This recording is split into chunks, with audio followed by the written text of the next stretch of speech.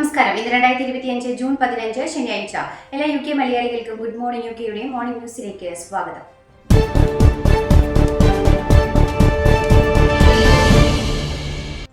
ഞായറാഴ്ച ആരംഭിക്കുന്ന G7 ഉച്ചകോടിക്ക് മുന്നോടിയായി പ്രധാനമന്ത്രി കെയർ സ്റ്റാർമർ ഇന്ന് കാനഡയിലെത്തും. കാനഡ പ്രധാനമന്ത്രി മാർക്ക് കാർണിയുമായി ഇന്ന് വൈകുന്നേരം തലസ്ഥാനമായ ഒട്ടാവയിൽ ഇരുവരും കൂടിക്കാഴ്ച നടത്തും. ഇറാനെതിരായ ഇസ്രായേൽ ആക്രമണത്തിന് ശേഷം ലോക നേതാക്കളുടെ ആദ്യ നേരിട്ടുള്ള കൂടിക്കാഴ്ചയായിരിക്കും ഇത്. ശനിയാഴ്ച ഇരു പ്രധാനമന്ത്രിമാരും തമ്മിലുള്ള ചർച്ച സുരക്ഷ, വ്യാപാരം എന്നിവയെക്കുറിച്ചായിരിക്കുമെന്നാണ് റിപ്പോർട്ട്. ഇരു രാജ്യങ്ങളും തമ്മിലുള്ള ദീർഘകാല സാമ്പത്തിക സുരക്ഷാ പങ്കാളിത്തം ശക്തിപ്പെടുത്തുക എന്നതാണ് ഇതിലൂടെ ലക്ഷ്യമിടുന്നതെന്ന് കാർണിയുടെ ഓഫീസ് വ്യക്തമാക്കിയിട്ടുണ്ട്. ഈ വർഷത്തെ ചാൾസ് രാജാവിന്റെ ബർത്ത്ഡേ ഓണേഴ്സ് പട്ടികയിൽ നൈറ്റ്ഹുഡ് ബഹുമതികൾ ലഭിച്ച പ്രമുഖരിൽ ഡേവിഡ് ബെക്കാം, ഓസ്കർ ജേതാവായ നടൻ ഗാരി ഓൾഡ്മാൻ, റോജർ ഡാൽട്രി എന്നിവരും ഉൾപ്പെടുന്നു. കായിക രംഗത്തും ജീവകാരുണ്യ മേഖലയിലും നൽകിയ സേവനങ്ങൾക്കാണ് 50-കാരനായ ബെക്കാമിന് അംഗീകാരം ലഭിച്ചത്. ജീവകാരുണ്യ പ്രവർത്തനങ്ങൾക്ക് നൽകിയ സേവനങ്ങൾക്ക് തന്നെയാണ് ഇതിഹാസ ബ്രിട്ടീഷ് റോക്ക് ബാൻഡായ ദി ഹ്യൂവിന്റെ സഹസ്ഥാപകനും പ്രധാന ഗായകനുമായ ഡാൽട്രിയെ ആദരിക്കപ്പെട്ടത്. സംഗീത ജീവിതത്തോടൊപ്പം 2000 മുതൽ ടീനേജ് ക്യാൻസർ ട്രസ്റ്റിന്റെ രക്ഷാധികാരിയായും ഡാൽട്രി സേവനമനുഷ്ഠിക്കുന്നുണ്ട്. ഹാരി പോട്ടറിന്റെ ഗോഡ്ഫാദർ, സിറിയസ് ബ്ലാക്കായി നിരവധി സിനിമകളിൽ അഭിനയിച്ച 67-കാരനായ ഗാരി ഓൾഡ്മാന് നാടകത്തിന് നൽകിയ സേവനങ്ങൾക്കാണ് ബഹുമതി ലഭിച്ചത്. യുകെയിലെ മിക്ക ബഹുമതികളും വർഷത്തിൽ 2 തവണയാണ് നൽകപ്പെടുന്നത്. ജൂണിൽ ചാൾസ് രാജാവിന്റെ ജന്മദിനത്തിലും പുതുവത്സരത്തിലുമാണ് ഇത്. ബഹുമതിക്കായുള്ള പട്ടിക സർക്കാർ തയ്യാറാക്കുകയും ചാൾസ് രാജാവ് ഒപ്പിടുകയും ചെയ്യുന്നു. വിവിധ മേഖലകളിലെ സ്വതന്ത്ര പാനലുകൾ നാമനിർദ്ദേശങ്ങൾ അവലോകനം ചെയ്യും. NHSനെതിരെ ഗുരുതര ആരോപണവുമായി NHSലെ മുതിർന്ന ആരോഗ്യ ഉദ്യോഗസ്ഥർ. മരിക്കുന്നതിന് തൊട്ടുമുമ്പ് തന്റെ അമ്മയ്ക്ക് NHS സേവനമല്ല, കറുത്ത വർഗ്ഗക്കാരുടെ സേവനമാണ് ലഭിച്ചതെന്ന് അദ്ദേഹം വിമർശിച്ചു. ആരോഗ്യ മാനേജർമാരെ പ്രതിനിധീകരിക്കുന്ന NHS കോൺഫെഡറേഷന്റെ ചെയർമാനായ ലോർഡ് വിക്ടർ എഡെബോലെയാണ് തന്റെ അമ്മ ഗ്രേസിന് ലഭിച്ച പരിചരണത്തെ അപമാനകരമെന്ന് വിശേഷിപ്പിച്ചത്. അമ്മ ശ്വാസകോശ അർബുദം ബാധിച്ചാണ് മരിച്ചതെന്നും എന്നാൽ മരണശേഷം മാത്രമാണ് അത് കണ്ടെത്താനായതെന്നും അദ്ദേഹം പറയുന്നു. അമ്മയുടെ രോഗനിർണയത്തിൽ വന്ന പിഴവും അവസാനമായി ആശുപത്രിയിൽ പ്രവേശിപ്പിക്കപ്പെട്ടപ്പോൾ ലഭിച്ച നിലവാരമില്ലാത്ത പരിചരണവും തന്റെ കുടുംബത്തെ അസ്വസ്ഥമാക്കിയെന്നും അദ്ദേഹം പറഞ്ഞു.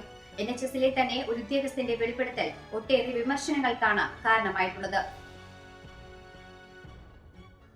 ചാൾസ് രാജാവിന്റെ ജന്മദിനത്തോടനുബന്ധിച്ച് നടക്കുന്ന ട്രൂപ്പിംഗ് ദി കളർ പരേഡിൽ പങ്കെടുക്കുന്ന രാജകുടുംബത്തോട് കറുത്ത ആം ബാൻഡുകൾ ധരിക്കാൻ ചാൾസ് രാജാവ് ആവശ്യപ്പെട്ടതായി ബക്കിംഗ്ഹാം കൊട്ടാരം അറിയിച്ചു.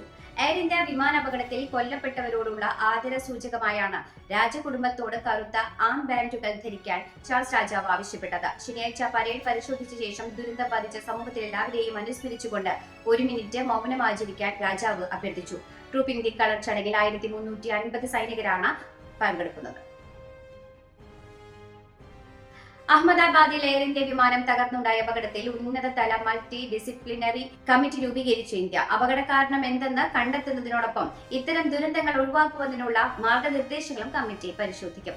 ഫ്ലൈറ്റ് ഡാറ്റ, കോക്പിറ്റ് വോയിസ് റെക്കോർഡുകൾ, എയർക്രാഫ്റ്റ് മെയിന്റനൻസ് റെക്കോർഡുകൾ, ATC ലോഗ്, സാക്ഷികളുടെ മൊഴികൾ എന്നിവയുൾപ്പെടെ എല്ലാ രേഖകളും സമിതി പരിശോധിക്കും. അന്വേഷണ റിപ്പോർട്ട് 3 മാസത്തിനുള്ളിൽ സമർപ്പിക്കും. ലോക ടെസ്റ്റ് ചാമ്പ്യൻഷിപ്പ് ഫൈനലിൽ ഓസ്ട്രേലിയക്കെതിരെ ദക്ഷിണാഫ്രിക്ക വിജയത്തിലേക്ക്. ഓസീസ് മുന്നോട്ട് വെച്ച 282 റൺസ് വിജയ ലക്ഷ്യം പിന്തുടർന്ന ദക്ഷിണാഫ്രിക്ക 3-ാം ദിനം കളി നിർത്തുമ്പോൾ 2 വിക്കറ്റ് നഷ്ടത്തിൽ 213 റൺസ് എന്ന നിലയിലാണ്. 2 ദിനം ശേഷിക്ക് 8 വിക്കറ്റ് കയ്യിലുള്ള ദക്ഷിണാഫ്രിക്കയ്ക്ക് ജയിക്കാൻ 69 റൺസ് മാത്രം മതി. ടെംബെ ബൗമയുടെയും എയ്ഡൻ മാർക്കിന്റെയും കൂട്ടുകെട്ടാണ് ദക്ഷിണാഫ്രിക്കയ്ക്ക് മുതൽക്കൂട്ടായത്. ബൗമ 65 റൺസായും മാർക്രം 102 റൺസുമായും ക്രീസിലുണ്ട്. ഇംഗ്ലണ്ടിനെതിരായ ആദ്യ ടെസ്റ്റിന് മുന്നോടിയായി ഇന്ത്യൻ ടീമും ഇന്ത്യ എ ടീമും തമ്മിലുള്ള സന്നാഹ മത്സരത്തിൽ തിളങ്ങി KL രാഹുലും ക്യാപ്റ്റൻ ശുഭ്മാൻ ഗില്ലും. അടച്ചിട്ട ഗ്രൗണ്ടിൽ നടക്കുന്ന മത്സരത്തിന്റെ മറ്റ് വിവരങ്ങളൊന്നും BCCI പുറത്തുവിട്ടില്ല. ഇന്ത്യക്കായി ബാറ്റിംഗ് ഇറങ്ങിയ രാഹുലും ഗില്ലും അർദ്ധ സെഞ്ചുറികൾ നേടിയെന്നും ബൌളിംഗിൽ ഷാർദുൽ താക്കൂർ തിളങ്ങിയെന്നും BCCI എക്സ് പോസ്റ്റിൽ വ്യക്തമാക്കി. ലണ്ടൻ സെൻട്രൽ വൈസ്മാൻ ഉദ്ഘാടനം ചെയ്തു.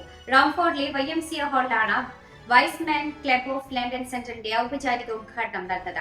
അന്താരാഷ്ട്ര president advocate Shanavas Khan Y's Men ആഗോള ദൗത്യത്തെ വിശദീകരിച്ചു. General secretary Jose Varghese, south west India regional director Shaji M Mathew, Yugma president advocate A P Sebastian, world Malayali council Europe region chairman Najeem R Keniya, immediate past regional director Alan Blanington, YMCA London Thames Gateway group CEO Matt Jones, YMCA London CEO India Leon Salins, East London Malayali association president Sudheer Bhaskar, secretary Kevin C കോൺകൽ എന്നിവർ പരിപാടിയിൽ പങ്കെടുത്തു. ഉദ്ഘാടന ശേഷം ക്ലബിന്റെ പുതിയ ഭാരവാഹികളെ തെരഞ്ഞെടുത്തു. Sheen John Vazhayil president, Bindu Shiju treasurer, Prakash Oommen സെക്രട്ടറിയായും തെരഞ്ഞെടുത്തു. തുടർന്ന് വിവിധ സാംസ്കാരിക പരിപാടികളും അരങ്ങേറി. വൈസ്മാൻ ക്ലബ് ഓഫ് ലണ്ടൻ സെന്ററിന്റെ രൂപീകരണം ലണ്ടൻ ഈസ്റ്റ് ഏരിയയിലെ സേവനത്തിന്റെയും സൗഹൃദത്തിന്റെയും സാംസ്കാരിക സമന്വയത്തിന്റെയും പുതിയ അധ്യായത്തിന് തുടക്കമിടുന്ന ഭാരവാഹികൾ അറിയിച്ചു. ഉപതെരഞ്ഞെടുപ്പ് നടക്കാനിരിക്കുന്ന നിലമ്പൂരിൽ ഷാഫി പറമ്പിൽ MP-യും രാഹുൽ മാങ്കൂട്ടം MLA-യും സഞ്ചരിച്ച വാഹനം പരിശോധിച്ച പോലീസ്. ഇന്നലെ രാത്രി 10 മണിയോടെ നിലമ്പൂർ വടപ്പുറത്തായിരുന്നു വാഹന പരിശോധന. വാഹനത്തിൽ നിന്ന് പെട്ടി താഴെ ഇറക്കി പരിശോധിച്ചു. പരിശോധന ഏകപക്ഷീയമാണെന്നും UDF MP-മാരുടെയും ജനപ്രതിനിധികളുടെയും വണ്ടി മാത്രമാണ് പരിശോധിക്കുന്നതെന്നും ഷാഫി വിമർശിച്ചു. എന്നാൽ വാഹന പരിശോധന എല്ലാ തെരഞ്ഞെടുപ്പിലും നടക്കുന്നതാണെന്ന് CPM PV അംഗം വിജയരാഘവൻ പറഞ്ഞു. പരിശോധന അഭിമാനിക്കലോ അവഹേളിക്കലോ ആയി കരുതേണ്ടതില്ല. PK ബിജുവിന്റെയും K രാധാകൃഷ്ണന്റെയും അബ്ദുൽ വഹാബിന്റെയും വാഹനം പരിശോധിച്ചിട്ടുണ്ടെന്നും അദ്ദേഹം വ്യക്തമാക്കി. പൊതുസ്ഥലത്ത് മാലിന്യം വലിച്ചെറിയുന്നവരെ പറ്റി തെളിവ് സഹിതം വിവരം നൽകുന്നവർക്കുള്ള പാരിതോഷിക തുക ഉയർത്തി. ഇനി മുതൽ വിവരം നൽകുന്നവർക്ക് പിഴത്തുകയുടെ 4/1 നൽകാൻ തദ്ദേശ വകുപ്പ് തീരുമാനിച്ചു. പൊതുസ്ഥലത്ത് മാലിന്യം തള്ളുന്നത് റിപ്പോർട്ട് ചെയ്യുന്നതിലെ ജനപങ്കാളിത്തം വർദ്ധിപ്പിക്കുവാനുള്ള നീക്കത്തിന്റെ ഭാഗമായാണ് തീരുമാനം. കെനിയയിൽ ബസ് മറിഞ്ഞുണ്ടായ അപകടത്തിൽ മരിച്ച ഖത്തർ പ്രവാസികളായ 5 പേരുടെ മൃതദേഹങ്ങൾ ഇന്ന് കൊച്ചി നെടുമ്പാശ്ശേരിയിലെത്തിക്കും. നെടുമ്പാശ്ശേരി വിമാനത്താവളത്തിലെത്തിക്കുന്ന മൃതദേഹങ്ങൾ പിന്നീട് സ്വന്തം നാടുകളിലേക്ക് കൊണ്ടുപോകും. ഇതിനുള്ള ക്രമീകരണങ്ങൾ പൂർത്തിയായതായി ജനപ്രതിനിധികൾ അറിയിച്ചു. ഇതോടുകൂടി വാർത്താ ബുള്ളറ്റിൻ ഇവിടെ അവസാനിക്കുന്നു. എല്ലാ പ്രേക്ഷകർക്കും നല്ലൊരു ദിനം ആശംസിക്കുന്നു. ഇനി കൂടുതൽ വാർത്തകളുമായി നാളെ കണ്ടുമുട്ടാം.